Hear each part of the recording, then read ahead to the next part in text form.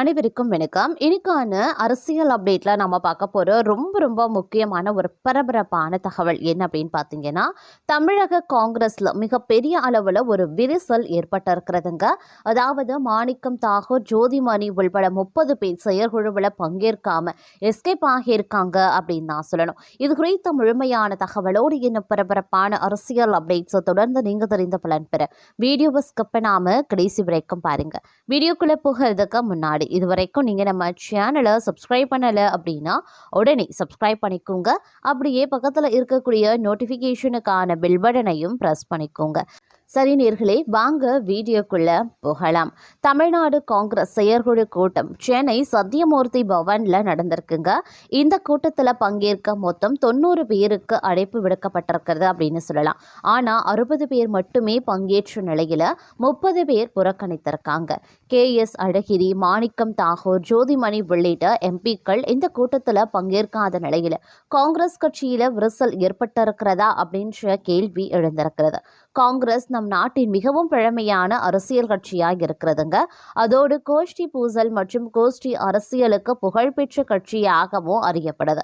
ஒவ்வொரு மாநிலங்கள்லையும் ஒவ்வொரு தலைவர்கள் கோஷ்டி சேர்த்து அரசியல் செய்வதை வாடிக்கையாகவே வைத்திருக்காங்க. இதற்கு தமிழ்நாடும் விதிவிலக்கு கிடையாது அப்படின்னு சொல்லலாம்.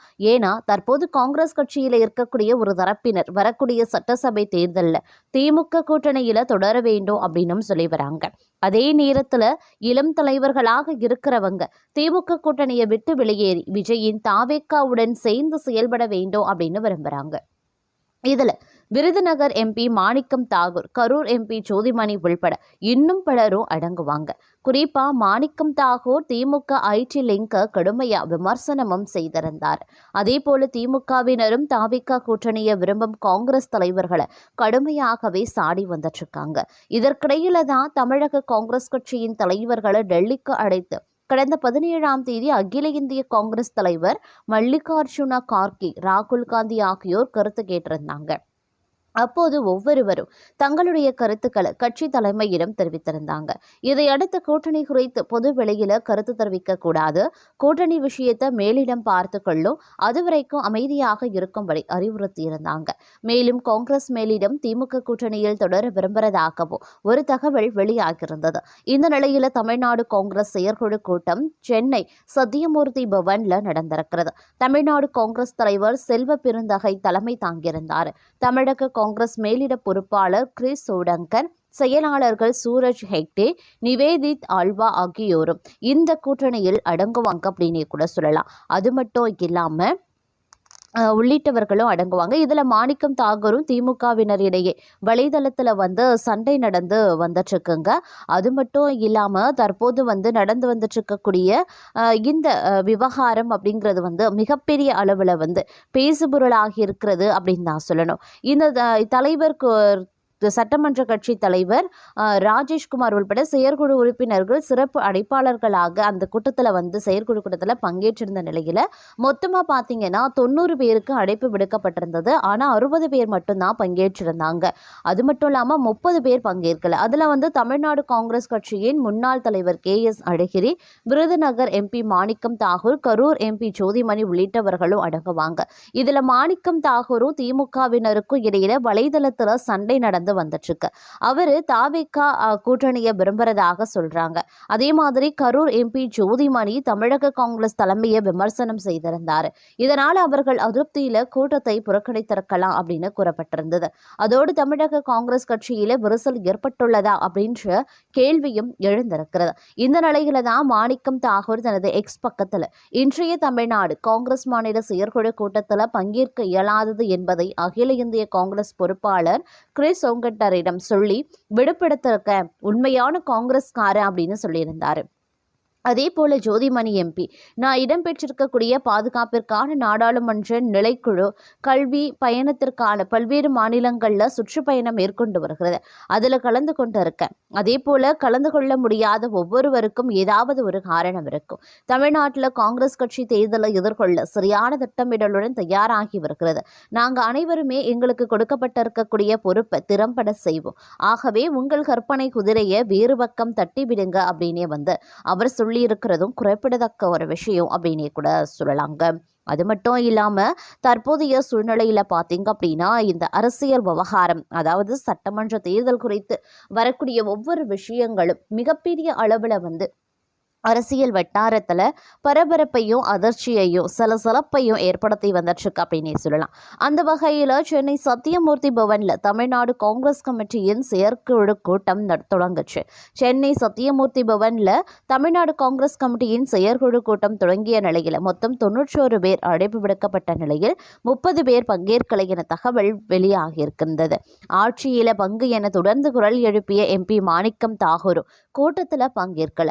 ஆட்சி அதிகாரத்தில் பங்கு வேண்டும் என கோரி காங்கிரஸ் கட்சிக்குள்ள சலசலப்பு நிலவி வரக்கூடிய சூழல்ல சிதம்பரம், KS அழகிரி, கார்த்தி சிதம்பரம், ஜோதிமணி, விஜய் வசந்த் ஆகியோரும் தமிழ்நாடு காங்கிரஸ் கட்சியின் செயற்குழு கூட்டத்தை புறக்கணித்திருந்தாங்க. முன்னதாக திமுக கூட்டணியில் காங்கிரஸ் இடம்பெறுகிறதா என்ற கேள்விக்கு பதிலளித்த தமிழ்நாடு காங்கிரஸ் தேர்தல் பொறுப்பாளர் கிரிஷ் ஓடங்கர், தமிழக சட்டமன்ற தேர்தல் கூட்டணி தொடர்பாக அகில இந்திய காங்கிரஸ் தேசிய தலைமை விரைவில் அறிவிக்கும் அப்படின்னு சொல்லியிருந்தார். கூட்டணி குறித்து அகில இந்திய காங்கிரஸ் தலைமை ஆலோசனை செய்து வருகிறது. கட்சி நிர்வாகிகளிடம் தனித்தனியாக பெறப்பட்ட கருத்துக்களின் அடிப்படையில் விரைவில் அறிவிக்கப்படும் அப்படின்னு அவர் தெரிவிக்கப்பட்டிருப்பதும் குறிப்பிடத்தக்க ஒரு விஷயம் அப்படின்னே கூட சொல்லலாம்.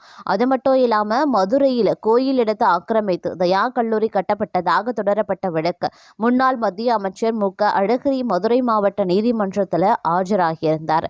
February 2 ஒத்திவைக்கப்பட்டிருந்தது. அதாவது மதுரை மாவட்டம் திருமங்கலம் அருகே இருக்கக்கூடிய சிவரக கோட்டையில் முன்னாள் மத்திய அமைச்சர் MK அழகிரி தன்னுடைய மகன் துரை தயாநிதி பெயரில் தயா பொறியியல் கல்லூரி என்ற கல்லூரியை கட்டியிருந்தார். இந்த நிலையில் சிவரக்கோட்டையைச் சேர்ந்த ஜெயராமன் என்பவர் தயா பொறியியல் கல்லூரி கட்டுவதற்காக விநாயகர் கோயில் இடத்தை அழகிரி தரப்பு ஆக்கிரமித்ததாக சில அபகரிப்பு பிரிவில் புகார் அளித்திருந்தாங்க.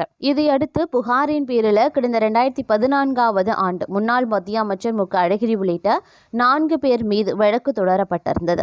இந்த வழக்கு மதுரை மாவட்ட 1வது குற்றவியல் நீதிமன்ற நீதிபதி ஆனந்த் முன்பாக விசாரணைக்கு வந்தபோது முன்னாள் மத்திய அமைச்சர் MK அழகிரி நேரில் ஆஜராகியிருந்தார். இதையடுத்து வழக்கு விசாரணையை February 2 ஒத்திவைத்து நீதிபதி உத்தரவும் பெற்றிருந்தார். அதற்கு பிறகு நீதிமன்றத்தின் வெளியில செய்தியாளர்களை சந்தித்த அழகிரி 2 வர சொல்லியிருக்காங்க அப்படின்னு சொன்னதற்கு பிறகு வரக்கூடிய தேர்தலில் யார் வெற்றி பெறுவார்கள் என்ற கேள்விக்கு யாராவது ஒருவர் வெற்றி பெறுவார்கள் அப்படின்னு பதிலளித்திருந்தார். இந்த வழக்கில் 2021 ஆண்டு மதுரை நீதிமன்றம் MK அழகிரியை சில பிரிவுகளில் விடுவித்திருந்தாங்க.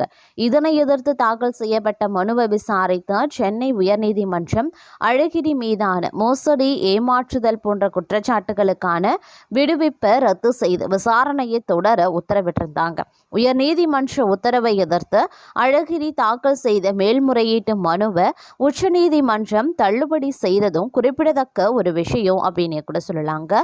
அது மட்டும் இல்லாம திருப்பூர் மாவட்டத்தின் கீழ் இருக்கக்கூடிய 8 சட்டசபை தொகுதிகளில் 2026 தேர்தலில் 5 தொகுதிகளில் இந்த முறை திமுக வெற்றி பெறும் அப்படின்னு அக்னி செய்தி நிறுவனம் கணிப்பு வெளியிட்டிருக்கிறது. கடந்த சட்டசபை தேர்தல், லோக்சபா தேர்தல் ஆகியவற்றை துல்லியமாக கணித்த இந்த செய்தி நிறுவனம் இந்த முறை திருப்பூர் மாவட்டத்திற்கான கணிப்பை வெளியிட்டிருந்தாங்க. தற்போது தேர்தல் நடந்தா திருப்பூரில் தேர்தல் குறித்த மக்களின் மனநிலை என்னவாக இருக்கும் அப்படிங்கிற கணிப்புல பின்வரும் தகவல்கள் இடம்பெற்றிருந்தது. அதாவது அவிநாசி திமுக கூட்டணி வெற்றி பெறும், திருப்பூர் வடக்கு பார்த்தீங்கன்னா அதிமுக கூட்டணி வெற்றி பெறும், திருப்பூர் தெற்குல திமுக கூட்டணி வெற்றி பெறும், பல்லடம் அதிமுக கூட்டணி வெற்றி பெறும், உடுமலைப்பேட்டையில திமுக கூட்டணி வெற்றி பெறும், மடத்துக்குளம் அதிமுக கூட்டணி வெற்றி பெறும், தாராபுரம் தனி திமுக கூட்டணி வெற்றி பெறும், காங்கேயம் திமுக கூட்டணி வெற்றி பெறும் அப்படின்னு குறிப்பிடப்பட்டிருக்கிறதும் முக்கியமான ஒரு விஷயம் அப்படின்னு கூட சொல்லலாங்க. அது மட்டும் இல்லாமல் கோவை மாவட்டத்தின் கீழே இருக்கக்கூடிய 10 சட்டசபை தொகுதிகளில் திமுக கடந்த 2021 சட்டசபை தேர்தலில் தோல்வி அடைந்திருந்தாங்க. இந்த நிலையில தான் 2026 தேர்தலில் இதில் 7 தொகுதிகளில் இந்த முறை திமுக வெற்றி பெறும் அப்படின்னு அக்னி செய்தி நிறுவனம் கணிப்பு வெளியிட்டிருந்தது. கடந்த சட்டசபை தேர்தல், லோக்சபா தேர்தல் ஆகியவற்றை துல்லியமாக கணித்த இந்த செய்தி நிறுவனம் இந்த முறை கோவை மாவட்டத்திற்கான கணிப்பை வெளியிட்டிருந்தாங்க. தற்போது தேர்தல் நடந்த கோவையில் தேர்தல் குறித்த மக்களின் மனநிலை என்னவாக இருக்கும் என்ற கணிப்புகளும் இடம்பெற்றிருந்தது அப்படின்னே கூட சொல்லலாங்க. திமுக கூட்டணி கோயம்புத்தூர் வடக்கு மற்றும் கோயம்புத்தூர் தெற்கு தொகுதிகளில் வெற்றி பெறுவாங்க. திமுக கூட்டணி மேட்டுப்பாளையம் மற்றும் கவுண்டம்பாளையம் தொகுதிகளிலையும் வெற்றி பெறும். திமுக கூட்டணி கிணத்துக்கடவு, பொள்ளாச்சி மற்றும் வால்பாறையிலையும் வெற்றி பெறுமா. அதே போல அதிமுக கூட்டணி தொண்டாமுத்தூரில் வெற்றி பெறும். அதிமுக கூட்டணி சூலூர் தொகுதியிலையும் வெற்றி பெறும். அதிமுக கூட்டணி சிங்காநல்லூர்லையும் வெற்றி பெறும். கோவை மாவட்டத்தின் கீழ் இருக்கக்கூடிய 10 சட்டசபை தொகுதிகளில் திமுக கடந்த 2021 சட்டசபை தேர்தலில் தோல்வி அடைந்திருந்தாங்க. இந்த நிலையில தான் 2026 தேர்தலில் 7 தொகுதிகளில் இந்த முறை திமுக வெற்றி பெறுகிறது அப்படின்னு அக்னி செய்தி நிறுவனம் கணிப்பு வெளியிட்டும் இருந்திருக்காங்க.